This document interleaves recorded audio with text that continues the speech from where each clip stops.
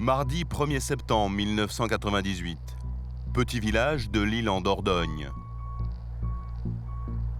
Comme souvent, Jean-Paul Waterlos apporte son pain à sa voisine, Michel Gillet, que tout le monde appelle ici Miquette. Seulement lorsqu'il arrive devant la maison, il sent que quelque chose n'est pas normal. Il vient comme régulièrement apporter le pain et les courses à sa voisine. À ce moment-là, il a frappé, il a cherché à voir où était Miquette.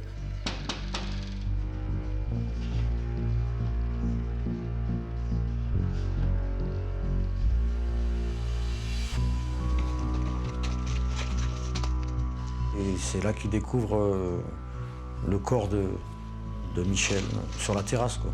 Le voisin est abasourdi par sa découverte. Waterlos donne l'alerte auprès du neveu, Thierry Simon. Thierry Simon, c'est le neveu de Miquette. Il vit à quelques mètres en contrebas. C'est lui qui va alerter les gendarmes. C'est à ce moment-là qu'ils ont prévenu les gendarmes et que les premiers enquêteurs se sont déplacés sur les lieux pour se rendre compte des faits. Et vers midi, mon collègue m'appelle à la radio et il m'annonce qu'il y a une femme qui est tombée sur sa terrasse. Elle serait vraisemblablement morte et il me demande d'aller tout de suite sur les lieux, quoi. Vers midi et demi, le gendarme Thierry Bordet arrive sur place. Au départ, il pense à un banal accident, une chute. Mais en s'approchant du corps, surprise. C'est une scène de crime, quoi. Tout de suite, ça saute aux yeux, quoi. La scène du crime est effrayante. Cette femme a été massacrée. La partie arrière du crâne est bien ensanglantée, on voit des plaies. À côté, il y avait un seau qui était rempli d'eau, où il y avait du sang dedans. Il semblerait qu'on lui a trempé la tête.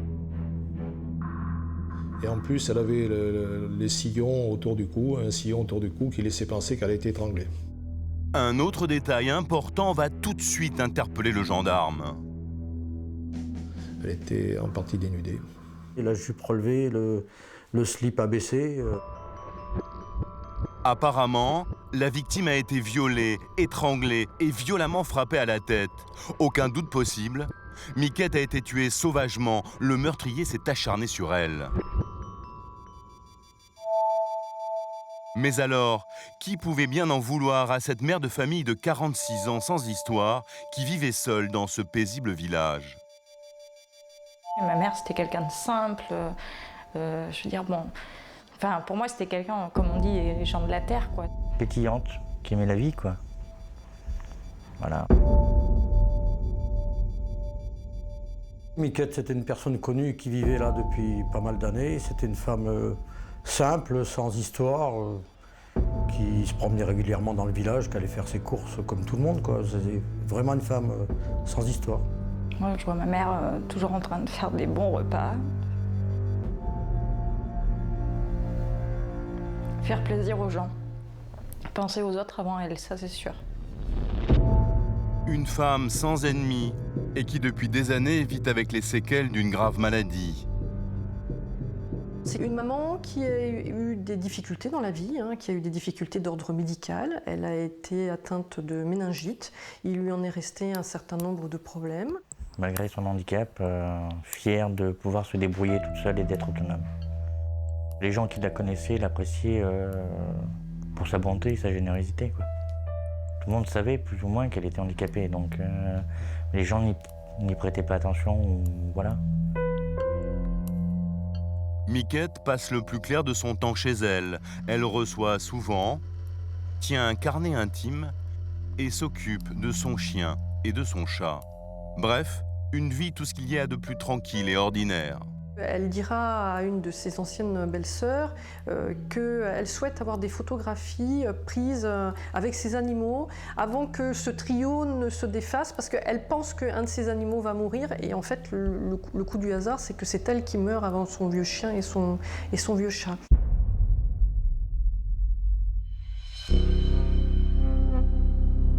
Moins de 30 minutes après la découverte du corps, le gendarme Bordet effectue ses premières observations à l'intérieur du domicile de la victime. Et voici ce qu'il remarque. La porte de la cuisine est ouverte.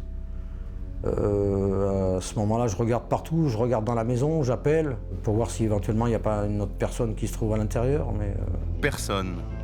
Aucune trace d'effraction, aucun désordre apparent, mais quelque chose d'autre intrigue le gendarme. Sur la table de la cuisine, il y a 2 tasses à café qui ont visiblement servi récemment. Quelqu'un est donc venu rendre visite à Miquette. Connaissait-elle son agresseur? Tout le laisse penser. La nature du crime laissait penser que c'était un crime d'un familier. Ne serait-ce que parce qu'elle avait ouvert les portes, les fenêtres et qu'elle attendait en jupe. Donc ça aurait été un rôdeur, tout aurait été fermé, elle aurait été en pantalon. Enfin, a priori, vu la façon dont elle fonctionnait. La maison de Miquette est investie par des dizaines de gendarmes en quête du moindre indice pouvant les mener sur une piste. Les gendarmes se sont déplacés, ont vu, et ils ont fait tout de suite le gel des lieux, ce qu'on appelle en gendarmerie. eh bien, on commence à mettre des banderoles tout le tour et on empêche les gens de circuler sur la scène du crime. Et pour protéger le corps de la victime, les gendarmes posent une bâche, un geste qui plus tard va s'avérer lourd de conséquences. En attendant la police scientifique, les enquêteurs procèdent à l'audition des premiers témoins, à commencer par celui qui a découvert le corps, le voisin de Miquette, Jean-Paul Waterlos. Il est le premier sur les lieux et donc souvent, forcément, quand on est le premier sur les lieux, on est le premier à être potentiellement suspecté, ou en tout cas, il est évident qu'il faut l'entendre. Jean-Paul Waterlos explique aux gendarmes qu'il a vu Miquette pour la dernière fois il y a 2 jours, le dimanche 30 août. Ce jour-là, je n'ai rien remarqué de particulier dans son comportement. Elle ne m'a fait part d'aucune crainte vis-à-vis de qui que ce soit.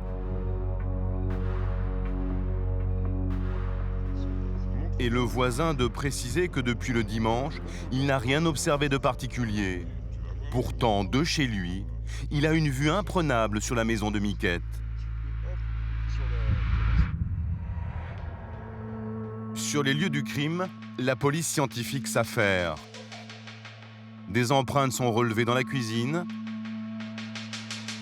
Des cheveux sont également prélevés dans la maison. Dans la chambre de Miquette, au sol, ils constatent des traces de sperme.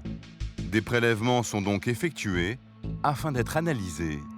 Le corps de Miquette est transporté à l'Institut médico-légal de Périgueux. Et l'autopsie révèle que Miquette a reçu des coups violents à la tête, provoquant une fracture de la voûte crânienne, accompagnée d'une importante hémorragie. Pour le légiste, l'arme utilisée est un objet contondant, sans arête tranchante. Elle a été tuée donc par un objet métallique, rond. Elle a eu des coups donc, qui lui ont été donnés derrière la tête. Elle a eu le crâne fracassé par 7 coups. Elle a été étranglée. Un étranglement qui, d'après le légiste, a été provoqué avec un lien de faible épaisseur. En revanche, les médecins excluent une mort par noyade, malgré la présence suspecte d'un seau rempli d'eau et de sang.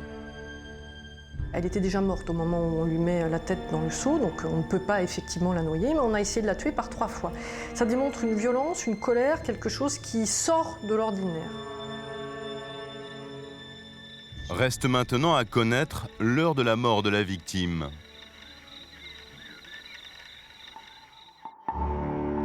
L'étude des relevés téléphoniques du domicile de Miquette détermine que la victime a téléphoné à sa mère le dimanche 30 août à 19h11. Miquette a forcément été tuée après ce coup de fil. Mais les légistes estiment que le décès n'a pas pu se produire au-delà du lundi 31 août à 17h. Une fourchette horaire très large de près de 24 heures. 24 heures durant lesquelles personne n'a vu la victime. Avec aussi peu d'éléments, le moins que l'on puisse dire, c'est que l'enquête s'annonce difficile. Au début, on n'a rien, on n'a absolument rien. Au début, bon, c'est pas évident. La Miquette étant une femme très discrète, qui apparemment ne reçoit très peu de monde. Oui, c'est très mal parti, on n'a pas beaucoup de pistes.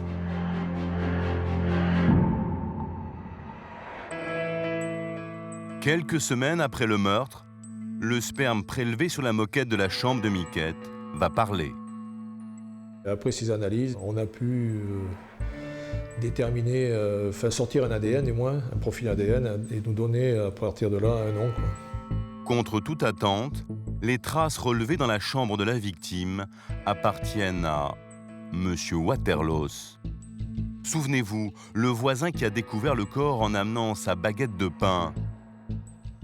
Alors Miquette et son voisin entretenaient-ils une liaison en secret? Jean-Paul Waterlos passe du statut de témoin à celui de suspect. Il leur avait caché qu'il était l'amant de Miquette. Et ça le place de suite comme suspect. Ça, c'est...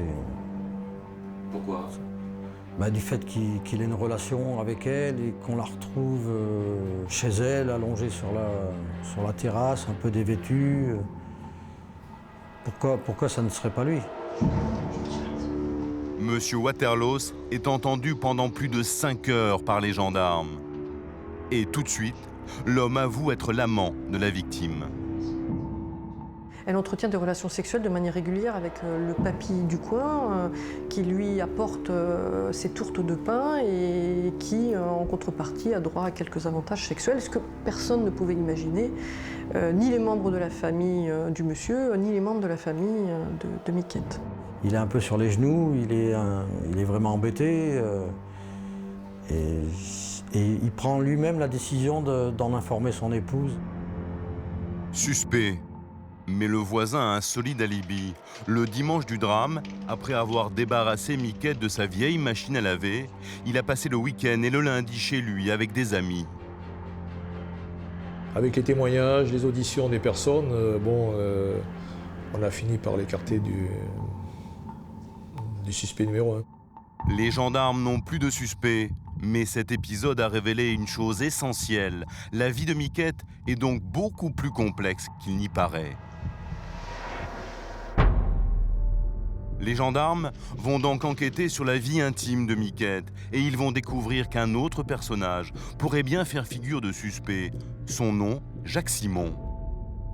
Donc la personne avec qui, entre guillemets, elle avait le plus de soucis, c'était mon père. Il faut dire ce qui est, donc ça paraît logique, quoi. Jacques Simon est l'ex-mari de Miquette. Après 17 ans de vie commune et 3 enfants, le couple se sépare. Du jour au lendemain, Miquette se retrouve seule avec sa maladie. Et progressivement, elle sombre dans l'alcool. Quand on a décidé de partir vivre chez notre père, c'est parce qu'on en avait marre, quoi. Voilà, il y avait tout le temps des histoires. On sentait bien que ma mère commençait un peu à boire à l'époque. Donc enfin voilà, c'était des choses qu'il fallait pas dire parce que vous savez, à l'époque, ça se disait pas ces choses-là. C'était têtu. Il fallait surtout pas que ça se sache, quoi. Le divorce est difficile et il ne s'apaisera jamais avec le temps. L'objet principal de la discorde, le voici. La maison du couple. Miquette ne voulait pour rien au monde s'en séparer. Sachant que cette maison dans laquelle vivait Miquette, c'était une maison qui appartenait au mari. Donc elle y était restée, lui était parti vivre sa vie ailleurs. Et puis un des buts de M. Simon, j'oserais dire assez normalement, c'était de récupérer cette maison. Ma mère aurait voulu la garder, mais la maison appartenait à mon père. Bon, il y avait un problème de communauté. Après, c'est des histoires de grandes personnes. Les gendarmes découvrent que quelques semaines avant le meurtre, le conflit au sujet de cette maison va mettre Jacques Simon hors de lui. Et c'est sa dernière compagne qui va le raconter aux enquêteurs. Environ 2 mois avant le crime, il est parti armé avec l'intention de tuer son ex-femme. Il était constamment très en colère contre elle parce qu'elle refusait la vente de la maison. Un mobile apparaît enfin.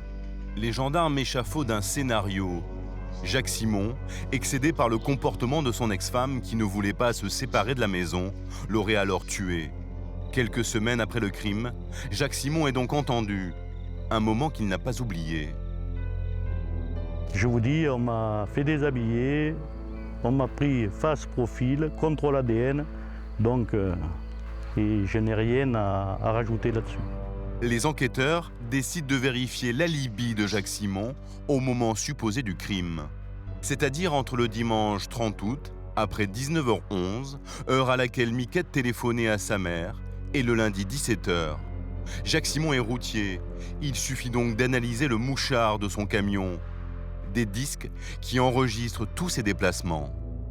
Le dimanche du meurtre, Jacques Simon est à Pessac à 19h15. Il dîne, puis se couche dans son camion. Toujours d'après ses disques, le lundi à 6h du matin, son chargement est vidé, comme le confirmera le directeur de l'établissement où il livrait.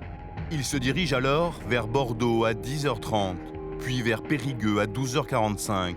Enfin, sa journée se termine à 17h à Ussac. 24 heures très chargées, durant lesquelles Jacques Simon n'a pas eu le temps matériel d'aller tuer Miquette. L'homme est mis hors de cause. Alors, si le coupable n'est ni l'ex-mari, ni l'amant, qui est le meurtrier? Les gendarmes piétinent, aucune piste ne se dégage. Pourtant, d'importants moyens sont mobilisés. Une vingtaine d'enquêteurs travaillent ici, dans la salle des fêtes du village de Lille. Tous les habitants ou presque sont auditionnés, sans succès. Et puis il y a une question qui taraude les gendarmes. Qui est la personne qui a bu un café avec la victime dans les heures qui ont précédé le crime? Le café avait été servi sur la table de la cuisine. Il y avait des mégots de cigarettes qui n'étaient pas écrasés de la même façon qu'elle, dans le cendrier. Enfin, pour moi, c'est quelqu'un qu'elle connaissait très bien. Pour moi, c'est quelqu'un qui est venu, qui passait, qui disait bonjour. Quelqu'un qu'elle connaissait quand même, parce que sinon, il ne serait pas rentré. Pour tenter de retrouver le mystérieux visiteur, les gendarmes reprennent l'enquête à zéro. Ils relisent un à un tous les procès-verbaux d'audition. Peut-être que quelque chose leur a échappé. Et assez vite, un témoignage leur apparaît suspect. Celui d'un homme entendu en septembre, quelques jours après la découverte du corps. Il s'appelle Pascal Labarre. Il vit à 8 km de la maison du crime. Il donne un emploi du temps, il explique ce qu'il a fait cette journée-là. Seulement, lors de cette première audition, Pascal Labarre paraissait maladroit, mal à l'aise, une attitude qui, avec le recul, interpelle les gendarmes. Ils ressentent que Pascal Labarre est bizarre, qu'il a envie de dire quelque chose, qu'il a quelque chose quand même qui est... Il a un poids quelque part et donc ils sentent que si... il a quelque chose à dire, mais il ne dit rien. Et si à l'époque du crime, le témoignage de Pascal Labarre n'attire pas l'attention des enquêteurs, c'est tout simplement parce que les gendarmes ont déjà un suspect. Jean-Paul Waterlos, le voisin de Miquette. Seulement 6 mois sont passés et un nouvel élément va amener les enquêteurs à réentendre Pascal Labarre. Cette fois, il n'est plus témoin, mais suspect. On arrive à apprendre qu'il y a quelqu'un qui viendrait éventuellement la voir avec une voiture rouge. Donc on continue à chercher et c'est là qu'on remonte à Monsieur Labarre. Enfin, l'enquête progresse. D'autant que Pascal Labarre vient très régulièrement rendre visite à sa sœur, Monique, qui justement habite à proximité de chez Miquette. Alors Pascal Labarre et Miquette se connaissaient-ils? Il vient quand même lui rendre des services, il lui rend des visites et petit à petit on apprend qu'il vient quand même assez régulièrement voir la Miquette. Oh, ben, ils se promenaient, ils faisaient des courses. C'est quelqu'un qu'elle côtoyait régulièrement, quoi. Pascal Labarre a donc menti lors de sa première audition, lorsqu'il avait déclaré ne pas connaître Miquette. Pour les gendarmes, cela suffit à faire de cet homme le prochain suspect. Et si c'était Pascal Labarre qui avait partagé son dernier café avec Miquette?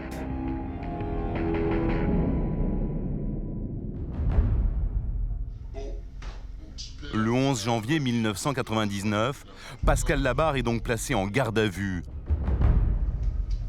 Dorénavant, les gendarmes ont 48 heures pour faire avouer ce nouveau suspect. Là, qu'est-ce que vous ressentez quand on vous dit que vous êtes en garde à vue? Ça fait bizarre. Déjà, on se pose une question, pourquoi c'est déjà? Donc après, ça explique que, effectivement, voilà, donc c'est pour les faits que vous avez raconté dernièrement sur l'affaire Michel Gillet, Miquette, qui est décédée, qui est morte assassinée. Donc on veut savoir ce que vous avez à dire là-dessus. Là, les gendarmes cherchent à vérifier les dires du suspect. Premier élément étrange, pourquoi Pascal Labarre ne donne-t-il pas la même version que sa famille sur son emploi du temps le week-end du meurtre? 12 ans après les faits, il se souvient parfaitement de cet interrogatoire. Pour eux, le 30, je ne vais pas être chez moi. Absolument, ils veulent que je sois ailleurs que chez moi. Donc, pour moi, je sais très bien que je ne pouvais pas être chez Miquette, que j'étais avec mon neveu ce jour-là. Donc, il me lance sur les pics en insistant, mais c'est pas possible. Vous savez, on a des éléments qui peuvent dire que vous n'étiez pas là. Et les contradictions qu'on a, c'est vos parents et vos dires des frangins, des sœurs et tout ça ne correspondent pas à ce que vous dites. Je dis peut-être, mais moi je sais que ce jour-là, j'étais bien chez moi, j'étais pas là-haut. Et puis ça continue, ils persistent. Ça a duré comme ça des heures. Ça a pris un petit peu de temps. De toute façon, c'est un lien qui se crée entre la personne gardée à vue et les enquêteurs. Les heures passent. Les gendarmes sont persuadés de tenir le coupable. Ils essaient de le faire craquer. Et au bout de 6 heures de garde à vue, Pascal Labarre finit par se livrer. Il continuait tout le temps. Tout le temps, elle vient des pics. Allez, mais pourquoi vous allez la voir? Que vous avez fait avec elle? Rien, je lui ai rendu visite comme ça, juste pour une simple visite. Au départ, il dit qu'il la connaît un petit peu, il lui rend des petits services. Et petit à petit, il nous raconte qu'ils se sont rapprochés, quoi. Au moment donné, je dis, écoutez, voilà. Pour me soulager, voilà, j'ai une relation avec Miquette, voilà. Voici ce que déclare Pascal Labarre aux gendarmes. En fait, j'ai eu des rapports sexuels jusqu'à la mi-juillet avec Miquette. Nous nous voyions 3 à 4 fois par semaine pour faire l'amour. Nous faisions l'amour tout le temps chez elle et une fois dans ma voiture. Les gendarmes ont enfin ce qu'ils cherchaient depuis des mois. Pascal Labarre et Miquette étaient donc amants. Cette relation secrète a duré près de 7 mois. On en est au point où, effectivement, il vient la voir un peu plus régulièrement. Ils font l'amour ensemble, donc à partir de là, elle a décidé quand même d'accepter qu'il lui fasse l'amour.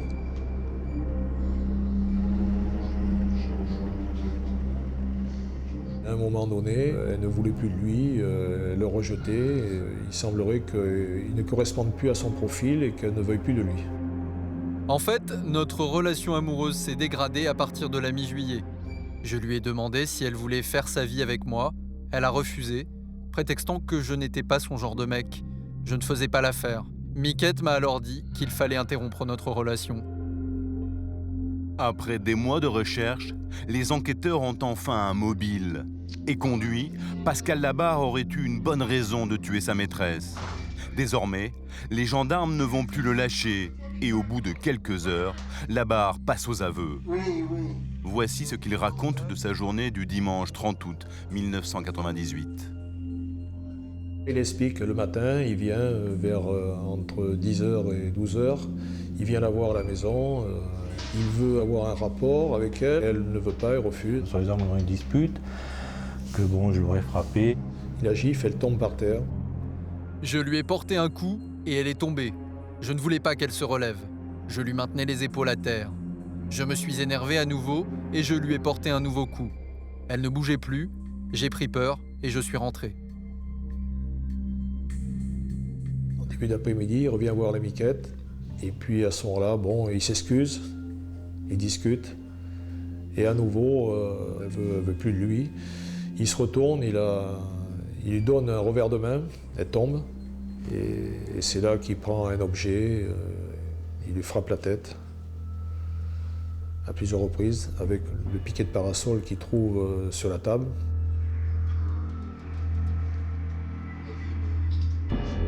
Je défais le parasol que je pose sur la table, je prends le piquet blanc et je frappe Miquette qui se trouve au sol, sur le corps, le visage et la tête. Je la frappe de colère. C'est ce que je dis, que j'aurais certainement frappé avec un pied de parasol. Ensuite, il va chercher un seau qui est rempli d'eau dans le garage. Il lui met la tête dans l'eau. Et Pascal Labarre va donner la solution d'une autre énigme. Pourquoi Miquette a-t-elle été retrouvée la culotte baissée et la jupe relevée sans qu'il y ait de rapport sexuel? Donc à ce moment-là, il lui remonte sa jupe, il lui baisse le slip jusqu'au mi-cuisse à peu près. Il explique qu'il a eu une pulsion sexuelle et qu'effectivement qu'il a commencé à la déshabiller, mais que finalement il n'y a pas eu de relation sexuelle. Et précisément, c'est ce qui a été montré aussi par les analyses médicales. Ensuite, Pascal Labarre explique qu'il ne peut plus s'arrêter. Il n'a qu'une idée en tête, empêcher Miquette de parler. Il défait le lacet de sa chaussure, il passe autour du cou de la Miquette, et après, bien sûr, il fait une strangulation et il remet le lacet à sa chaussure. Pascal Labarre, que nous avons rencontré, se souvient parfaitement de ce qu'il a dit aux gendarmes ce jour-là. Mais face à notre caméra, la gêne est palpable et les mots s'entrechoquent. Je prends mes lacets de chaussures, je défais mon lacet de chaussures, je fais un tour comme ça, si vous voulez, autour du cou de la victime. Son lacet remis, Pascal Labarre explique qu'il prend le pied de parasol avec lui et s'en va au volant de sa Ford Escort rouge. Je descends du petit moulin, que je jette le pied de parasol dans la rivière. Puis je rentre chez moi, comme si rien n'était.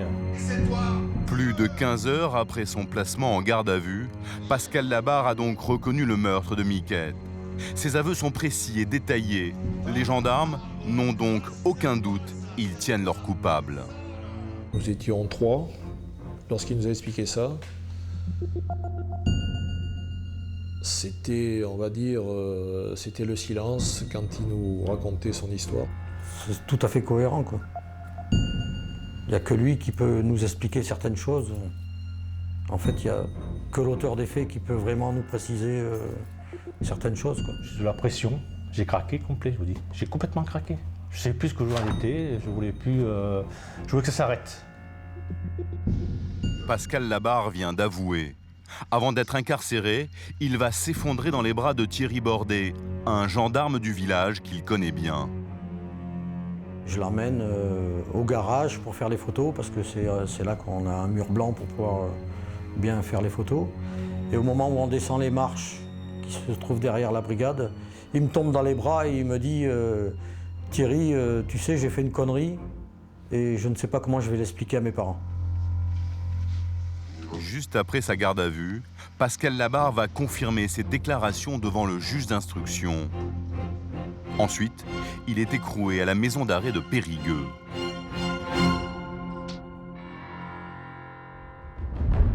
Pour les enquêteurs et pour les journaux locaux, l'affaire du meurtre de Miquette est enfin résolue. Seulement, 5 jours plus tard, un rebondissement inattendu a lieu. Dans sa cellule, Pascal Labarre écrit au juge d'instruction. Monsieur, j'ai l'honneur de solliciter d'être extrait pour vous rencontrer, car je veux revenir sur les aveux que j'ai faits devant vous. Non, de toute façon, moi, j'ai strictement rien fait, je n'ai rien à voir dans tout ça. Tout ce que j'ai raconté, c'était sous la pression des gendarmes. Hein, j'étais complètement pris de panique, pris de passion, et j'ai tout raconté ce qu'ils ont voulu, et c'était tout, quoi. Donc, je signe en bas, mais celui d'instruction me dit de toute façon, monsieur Labarre, vous retournez en prison.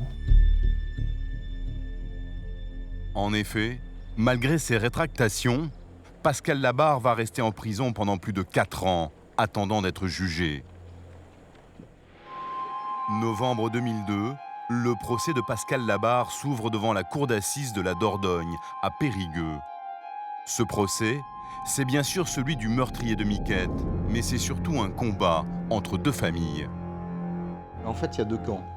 Il y a le camp du ministère public et de la famille de Miquette, qui sont absolument persuadés que Pascal Labarre est l'assassin de Miquette. Et puis, il y a la famille de Pascal Labarre qui, au contraire, pense qu'il est impossible qu'il soit condamné. Pourquoi ? Parce qu'il n'y a aucune preuve. Il y a uniquement ses aveux.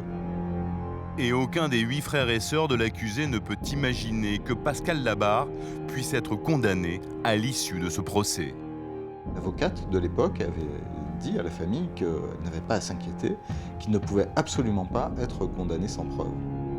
Maître Isabelle Faure-Roche, qui représente Muriel Simon, la fille de Miquette, sait très bien que le dossier est vide et que la condamnation de Pascal est loin d'être acquise. Je sais au moment où je prends le dossier que M. Labarre a fait des aveux et qu'il s'est rétracté. Donc je sais que je vais avoir devant la cour d'assises de la Dordogne quelqu'un qui a dit une chose, mais qui a repris de la main gauche, qui avait donné de la main droite. Et durant ce procès, la fille de Miquette est confrontée pour la première fois à l'homme qui a avoué le meurtre de sa mère. J'avais pas l'impression de lui en vouloir plus que ça. Enfin, si vous voulez, c'est pas que j'aurais pardonné, quoi, mais je veux dire, enfin, c'était plus le soulagement pour dire, ben voilà, on va savoir la vérité et... Le procès s'ouvre sur les témoignages des experts psychiatres qui vont statuer sur la personnalité de l'accusé. Et pour eux, je suis un genre qui peut péter les plombs à tout moment, un narcissique, un gars qui peut péter les plombs n'importe quand. C'est vraiment très très mal parti, quoi. C'est d'autant plus mal parti que les gendarmes qui ont recueilli les aveux de Pascal Labarre témoignent. Pour eux, aucun doute, l'accusé a tué Miquette. Même sentiment du côté de l'avocate de Muriel, la fille de la victime. Comment vous l'abordez alors, ce procès de Périgueux? Comme tout dossier d'assises, avec un sentiment, c'est que Labarre a dit la vérité devant les gendarmes et devant le juge d'instruction. Et une conviction, c'est que dans ces cas-là, il doit être condamné. Les débats vont durer 4 jours. 4 jours difficiles à vivre pour un accusé qui a bien du mal à crier son innocence. Je n'ose même pas regarder les gens, tellement je suis dans mon siège et tête basse, quoi. Qu'est-ce que j'ai été dire? Qu'est-ce que je fais là, quoi? On ne réalise pas. Il a toujours la tête baissée. Toujours. Pour moi, c'était un signe de culpabilité, quoi. Pas vouloir nous regarder. Moi, c'est lui, ouais.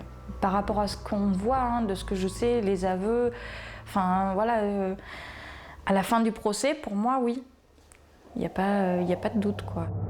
D'autant que durant ce procès, Pascal Labarre sera mal défendu par un avocat commis d'office, peu expérimenté.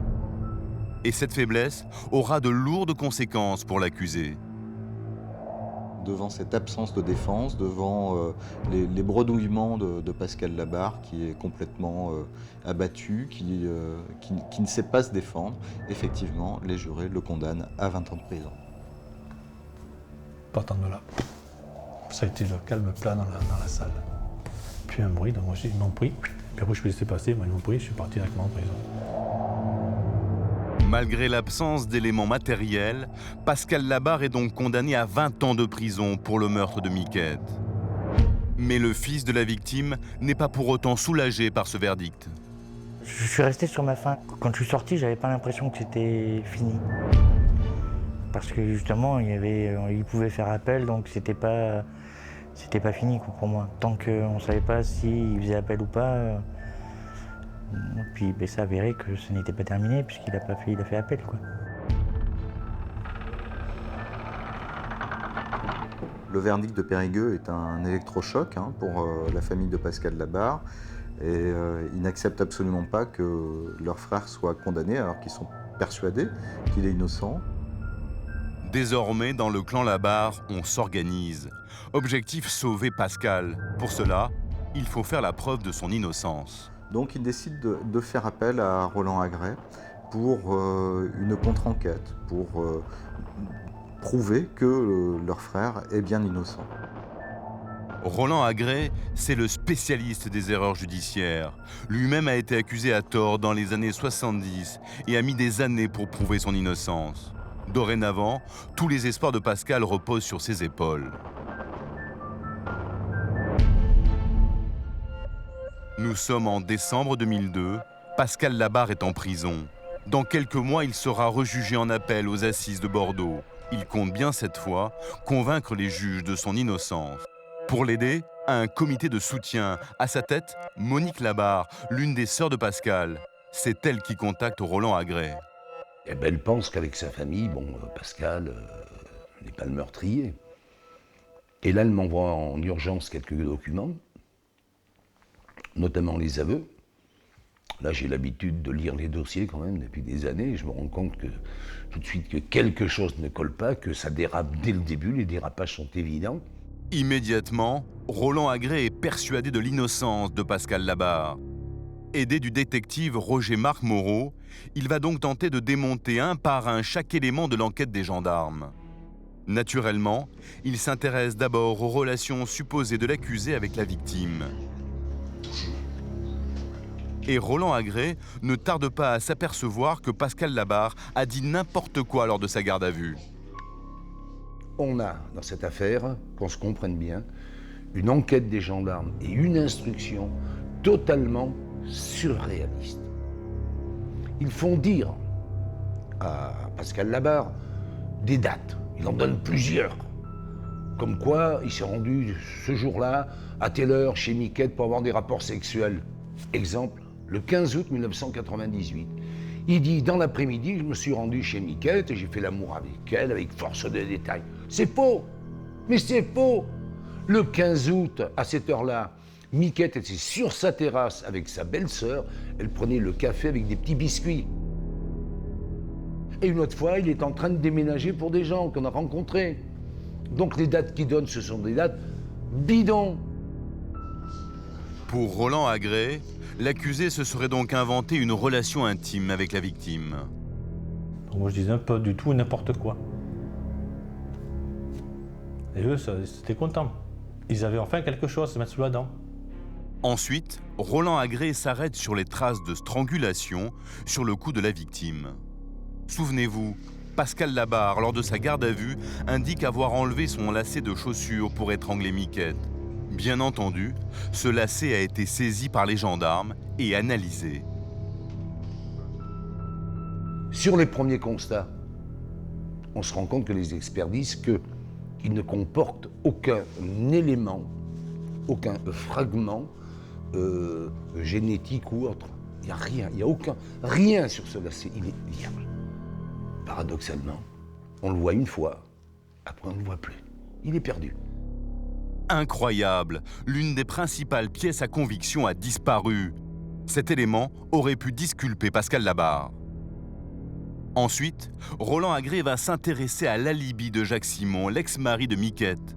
Le routier avait déclaré aux gendarmes avoir effectué plusieurs livraisons dans la région, affirmant ne s'être jamais arrêté chez Miquette durant le week-end du drame.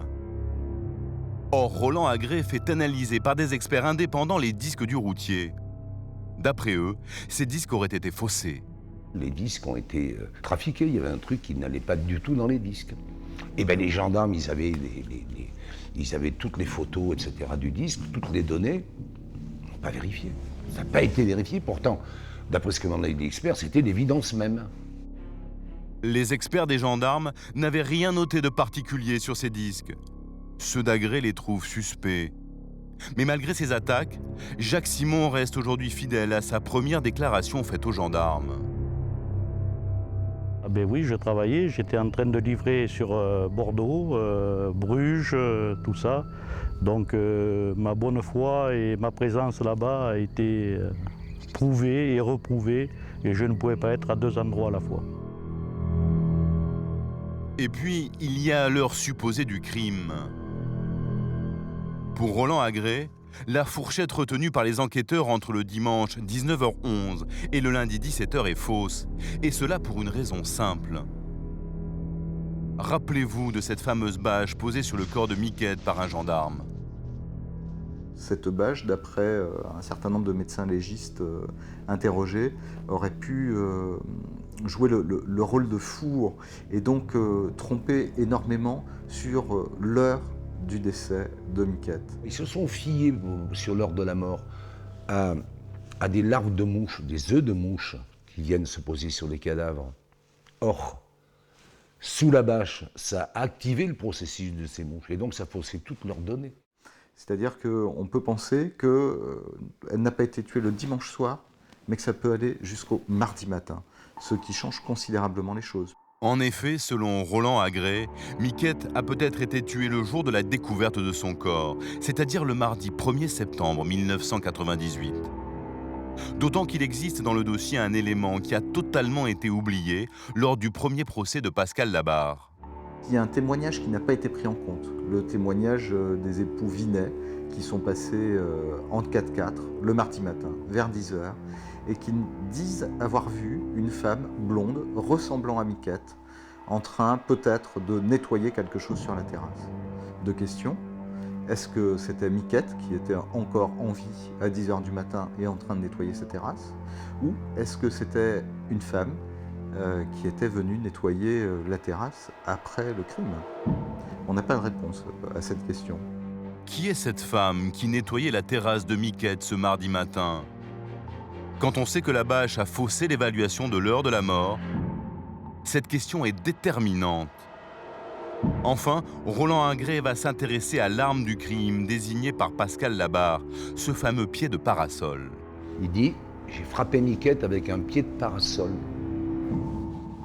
Or, le pied de parasol devait faire 1,3 cm. C'est les traces des plaies. J'ai recherché partout les pieds de parasol, partout. Le plus petit que j'ai trouvé fait 2,5 cm.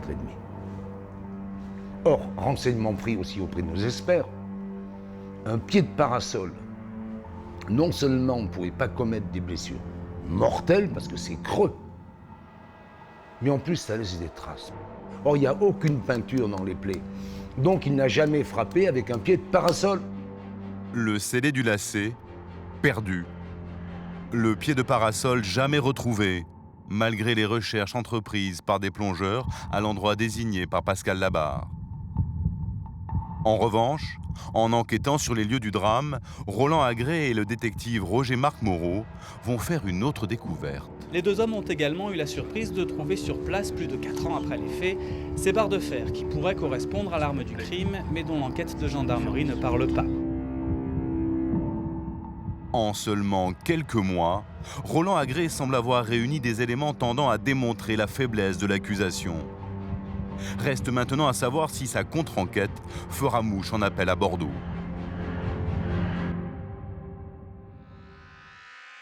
Le procès en appel de Pascal Labarre s'ouvrira prochainement devant la cour d'assises de la Gironde. Un deuxième procès pour ce Périgourdin condamné à 20 ans de réclusion criminelle pour le meurtre de sa maîtresse. L'enquête conclut au drame passionnel alors que des zones d'ombre subsistent. Une association périgourdine se bat actuellement pour faire reconnaître son innocence. Mercredi 4 juin 2003, presque 5 ans après le meurtre de Miquette, Pascal Labarre est donc rejugé en appel à Bordeaux.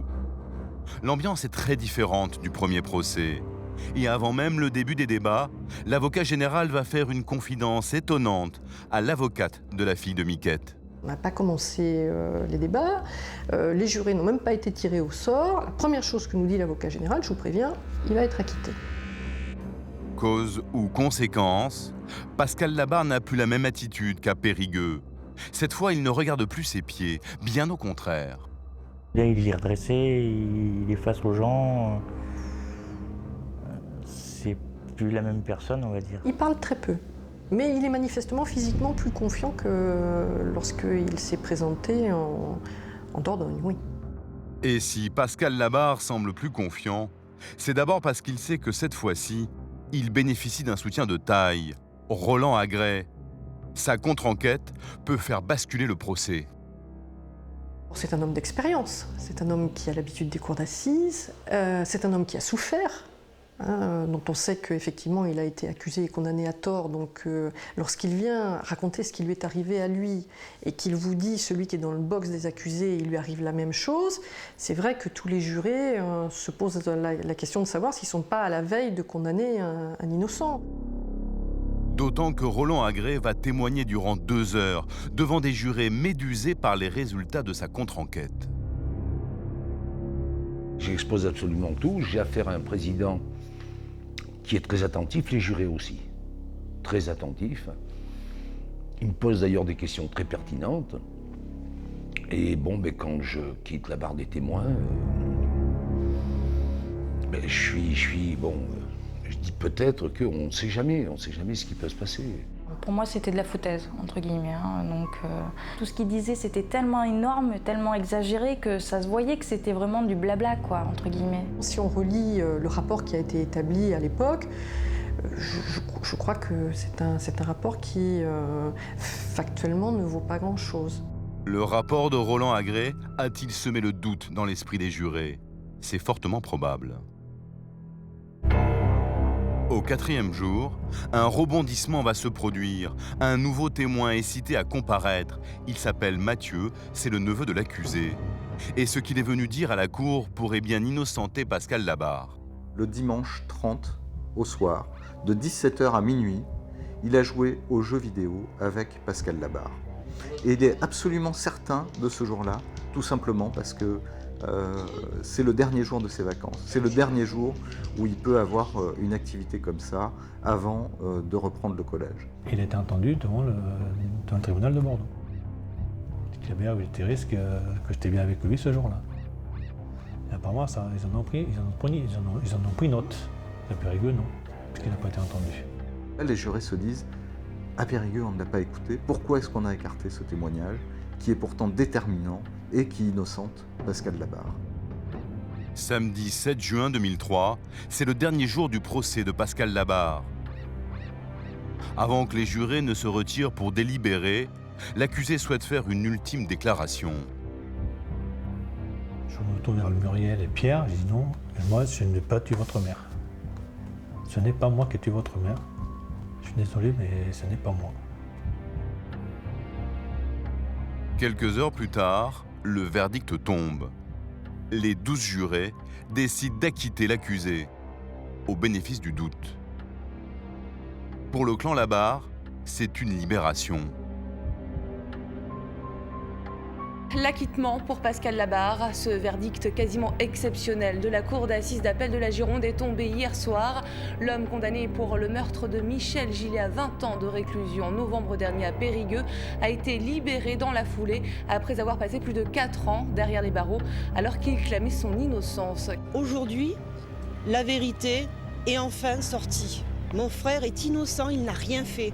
Et nous, on était coupables en plus avec lui, ça a été dit au tribunal. Donc par là même, notre famille entière a été disculpée. Cet acquittement pose aussi des problèmes, parce que autant la famille de Pascal Labarre est soulagée, autant Pascal Labarre est soulagé, autant la famille de Miquette est plongée dans le désarroi. On est un peu dégoûté. Hein. Je pense qu'on est dégoûté parce que c'est là qu'on se dit, ouais, la justice... Un coup on juge, on condamne quelqu'un et on le relaxe après. Alors, est-ce qu'on se dit, est-ce que l'enquête a été bien faite, quoi? Moi aujourd'hui, en fait, ce qui m'embête, c'est que bon, il a été acquitté, on va pas revenir là-dessus, il a été acquitté. Mais aujourd'hui, il n'y a rien qui me prouve non plus que c'est pas lui. Donc il y aura toujours le doute. Car cet acquittement, s'il écarte Pascal Labarre, pose surtout une autre question. Qui a tué Miquette?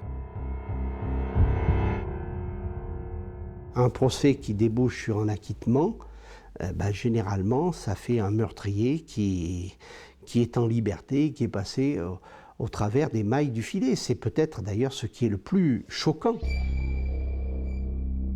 Innocenté, Pascal Labarre a donc passé plus de 4 ans en prison pour rien. 4 ans résumés dans des dossiers qui tiennent dans 2 cartons lourds de sens. Aujourd'hui, il a fait sa vie, marié, père de 2 enfants, mais il n'a rien oublié. C'est une chose que ne peut pas oublier déjà, les 4 ans passés, et on aimerait savoir qui c'est qui l'a fait et pourquoi il l'a fait. Et ça, à votre avis, on le saura un jour? Je sais pas. J'aimerais bien savoir qui c'est. Il est partagé entre cette volonté de dire j'ai tellement souffert, faut que j'oublie, dans, je dirais, son analyse un peu simple, et d'un autre côté, l'idée de se dire ce que j'ai subi, c'est quand même injuste, et il faut quand même que cette injustice, elle soit connue. J'ai quand même perdu 4 ans de ma vie, et j'aimerais bien que lui, il a subi ses conséquences aussi. Car 12 ans après les faits, le meurtrier de Miquette est toujours en liberté. Si on n'a pas trouvé l'auteur, il y a forcément un moment où on est passé à côté de quelque chose. Mais à côté de quoi? Alors, quelle piste n'a pas été assez creusée par les enquêteurs? Le carnet sur lequel Miquette notait chaque détail de sa vie, jamais retrouvé. Cette femme aperçue par le couple de retraités quelques heures avant la découverte du corps, jamais identifiée. Qui a pris le café avec la victime avant qu'elle ne soit sauvagement assassinée? On ne le saura peut-être jamais.